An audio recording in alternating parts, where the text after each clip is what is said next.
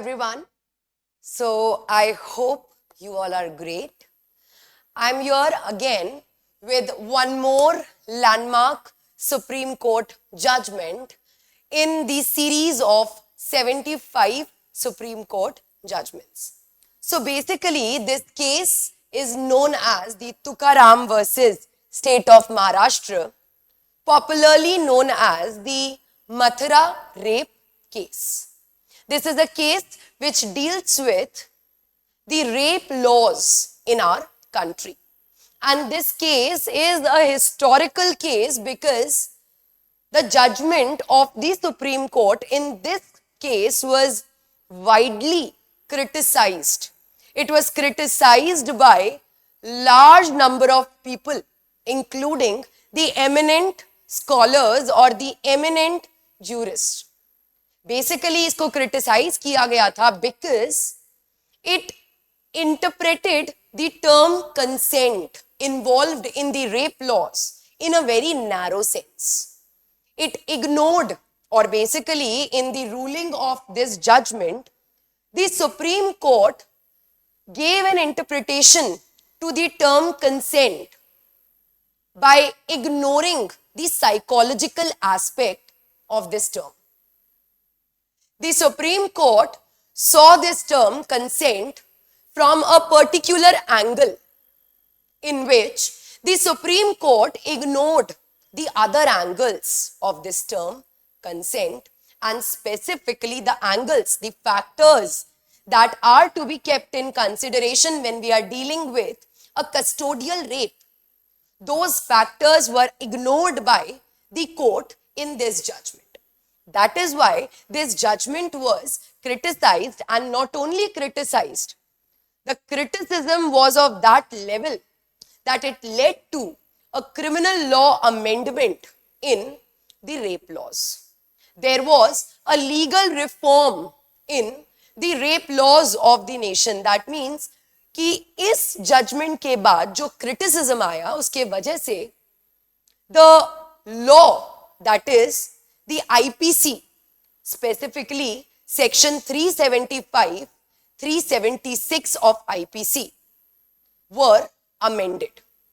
And they were amended in such a way that a broad interpretation of the term consent was given, as well as custodial rape was also expressly recognized. As a result of which, there was a corresponding amendment in the Indian Evidence Act also.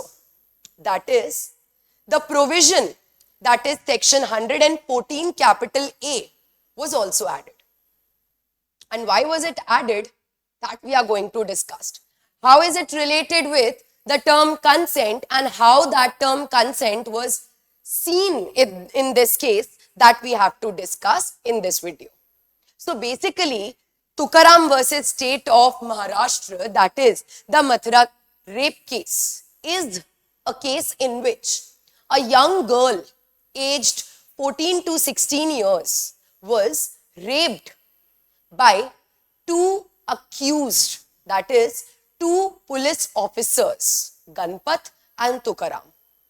So basically, Tukaram did not rape her. Ganpat was the one who raped her first. Tukaram committed a sexual assault because he was too drunk to commit rape. But then again, she was raped by two police officers, or by two accused in this case. This case went on in the Court of Session. The Court of Session the Court of Session acquitted the accused first by saying that the nature of facts and circumstances, or after looking at the facts and circumstances of the case, it can be held that the sexual intercourse upon the girl Mathura was consensual and not forced. Here, the court gave a restricted interpretation to the term consent. It was observed by the court that because there was no marks of physical resistance, there was no physical injury which showed that she resisted, it was clearly implied that the intercourse was consensual, that she gave her consent for the same. So the term consent was interpreted only in line with the physical resistance.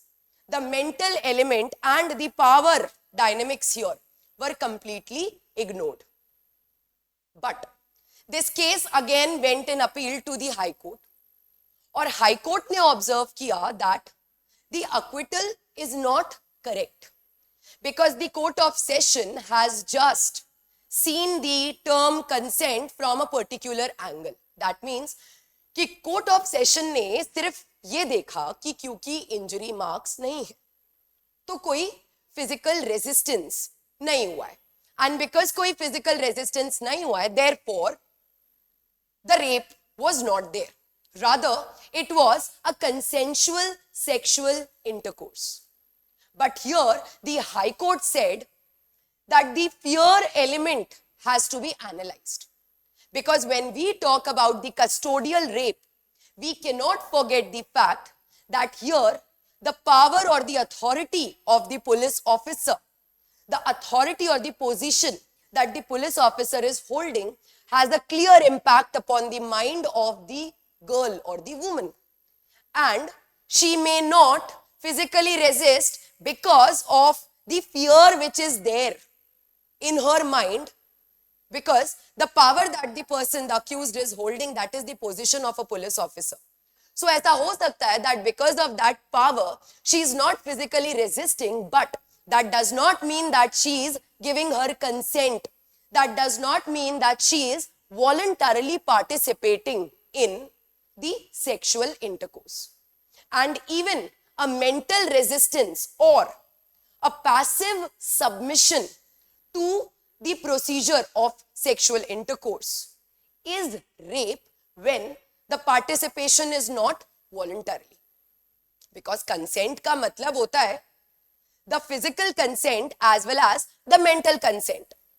The woman should consent means the woman has consented, means the woman has physically and mentally participated in the intercourse. But even though in certain cases when there is no physical resistance, that does not mean that the psychological element will be completely ignored. The court should also take into consideration the psychological element, that whether mentally she was under a mental compulsion or a psychological compulsion to not to resist basically. And here the same thing happened. Because of the age of the girl and because of the nature of the authority that the accused persons were holding, she did not resist physically. She did not cause an alarm or she did not raise an alarm against the activity that was happening.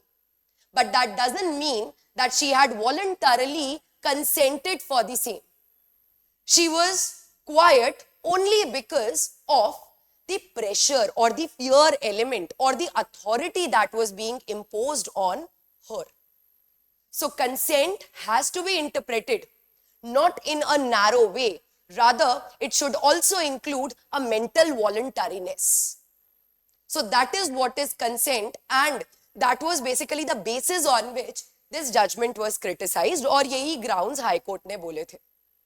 But again the matter went to the Supreme Court. The Supreme Court followed the ruling of the Court of Session, and the Supreme Court also held that the physical injury marks are not there. Due to some reasons, the semen was also not clearly found. That was because of delay in collecting of evidences or delay in conducting the medical test. But because there were no marks of physical resistance, that means there were no marks of physical injury, bodily injury. That means the sexual intercourse was consensual and the accused should be acquitted of the offenses or the charges of rape. Now, after this Supreme Court judgment, it was nationwide criticized by so many persons and there were so many letters to the Supreme Court or to the Parliament which reached with a huge criticism that the word consent should be interpreted in a wide sense.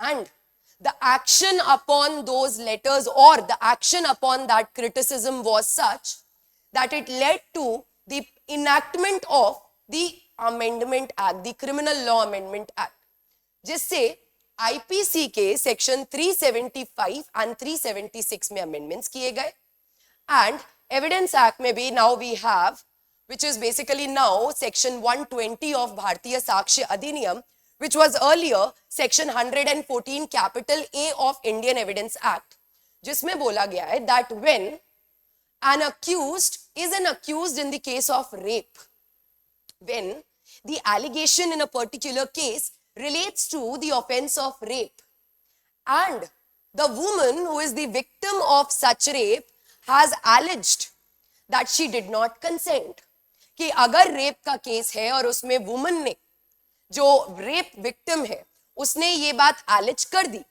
that she did not give her consent, the court shall presume, court एक presumption raise कर लेगी that there was no consent.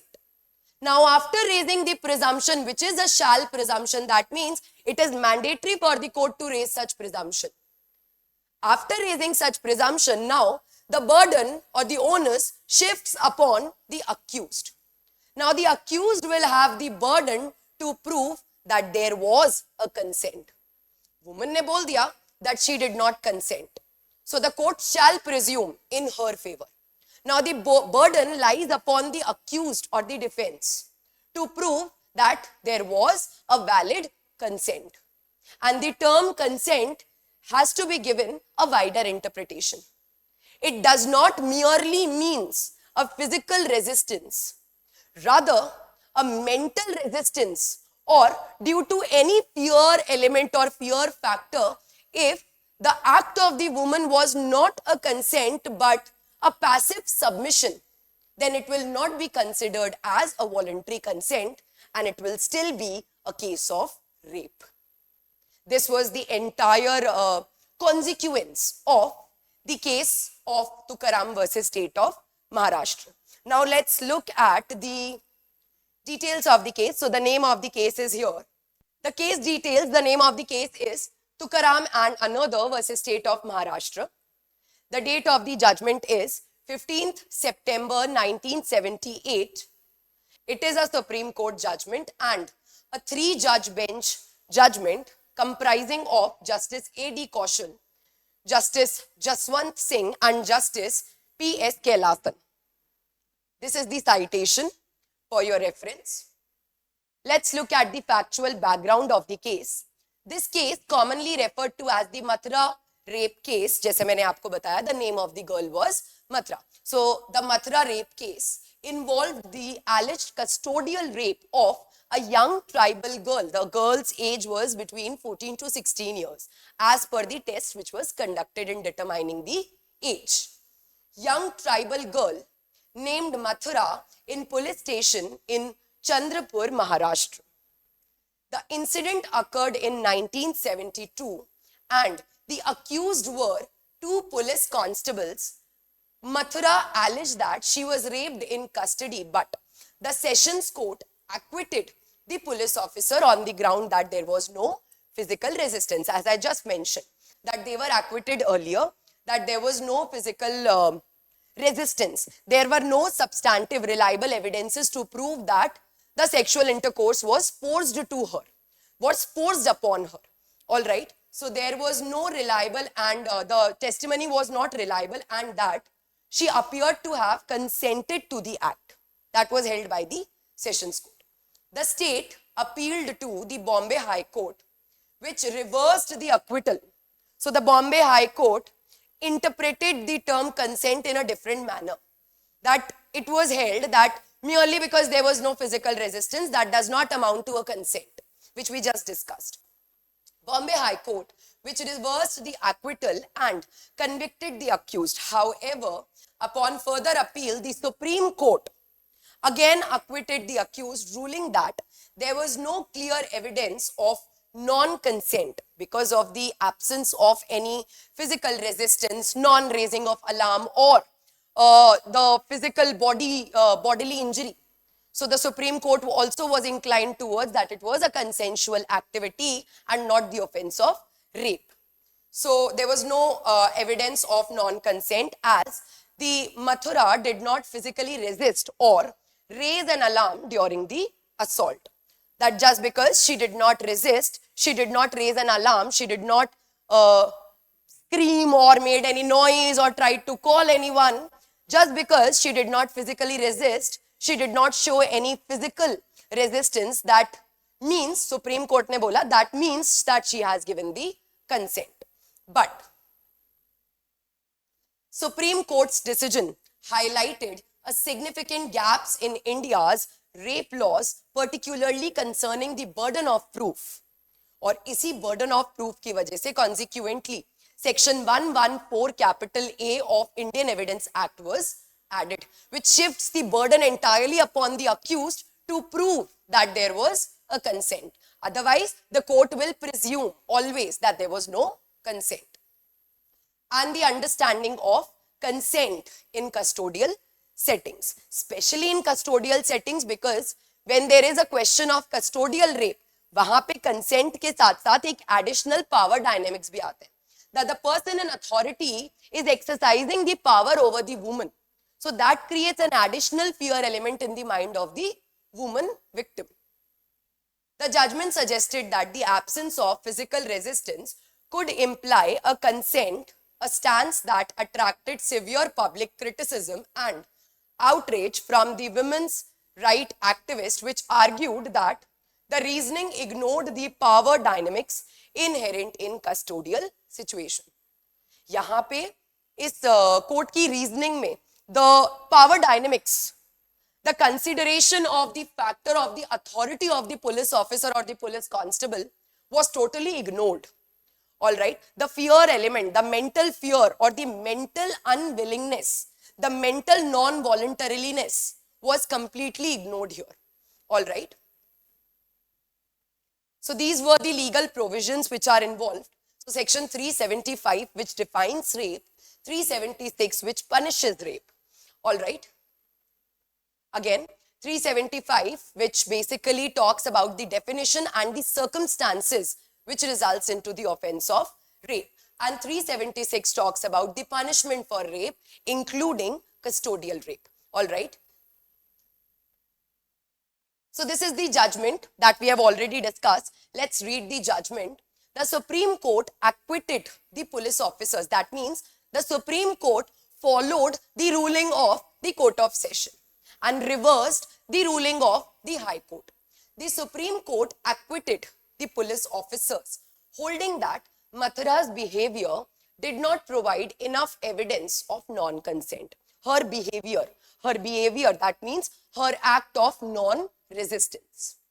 The court's interpretation of consent in this case was widely criticized, as it appeared to overlook the psychological and physical coercion. I just mentioned that in this case, the court interpreted the term consent from a particular angle, that is, physical resistance. If the physical resistance is not there, then it is consent. But the complete ignorance of the mental element or the psychological element or the power dynamics in custodial rape was there. All right. And the physical coercion that could be present in custodial setting. Basically, there is a difference between consent and passive submission due to fear. So the court did not draw that line between consent and the passive submission. Court ने बोला submission है, फिर चाहे किसी भी type का हो, submission है. That means there is a consent. The woman does not physically resist. That means there is a consent, a consensual submission to the sexual activity. Present in the custodial setting where the victim may feel powerless to resist. So basically, all these factors were completely ignored. The Tukaram versus State of Maharashtra case became a turning point. Why it became a turning point? Because I just mentioned after this, the criminal law amendment was enacted and was enforced. So it became a turning point, sparking a nationwide movement for legal reform in cases of sexual assault. The public outcry led to the passing of the Criminal Law Amendment Act of 1983, which introduced significant changes to India's rape laws. And let's see what were the key amendments here. The key amendments are inclusion of custodial rape. Expressly, the provision for custodial rape was added through this amendment. So explicitly, the provision addressing custodial rape with burden of proof shifted to the accused. That is section 114 capital A of Evidence Act, which is now section 120 of BSA. To prove the innocence in cases of custodial sexual assault. Second change was in the definition of the term consent. The definition or the interpretation of the term consent was broadened. So, strengthened provision on the consent, emphasizing that lack of physical resistance does not always imply consent, that we just discussed. That physical as well as the psychological aspect has to be kept in consideration, and that too in light of the surrounding circumstances. Higher penalties, enhanced punishment for custodial and other aggravated forms of rape as mentioned in section 376 of IPC were given. This case underscored the need for a victim-centered approach in legal interpretation of consent. क्योंकि यहाँ पे जो interpretation की गई थी consent की, that was not victim-centered. That was basically a strict or a literal interpretation. कि consent means a physical consent, an express consent. So the element of implied or the mental consent was ignored. So there was a need of a victim-centered, a victim-oriented interpretation of the term consent, and highlighted the importance of legal safeguards in custodial environments, especially for vulnerable individuals. So basically, this was the judgment, and these were the key changes which were done through the Criminal Law Amendment Act of 1983. So this was the factual background, the judgment, the legal provisions, and the consequence of the judgment. Let's now look at the practice questions. So this one is a multiple choice question. Which case led to the significant amendment in India's rape law, particularly regarding custodial rape? We just studied. The answer will be option B, Tukaram versus State of Maharashtra. Analyze, now this is basically a descriptive question. Analyze the impact of Supreme Court's judgment in Tukaram versus State of Maharashtra on rape law reforms in India.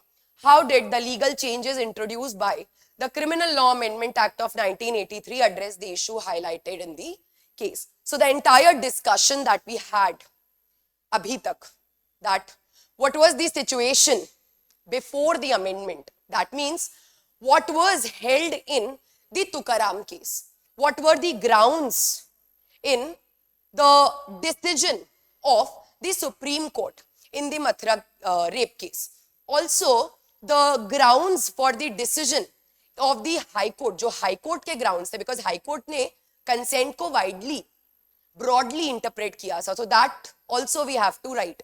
What was the criticism upon the Mathura rape case?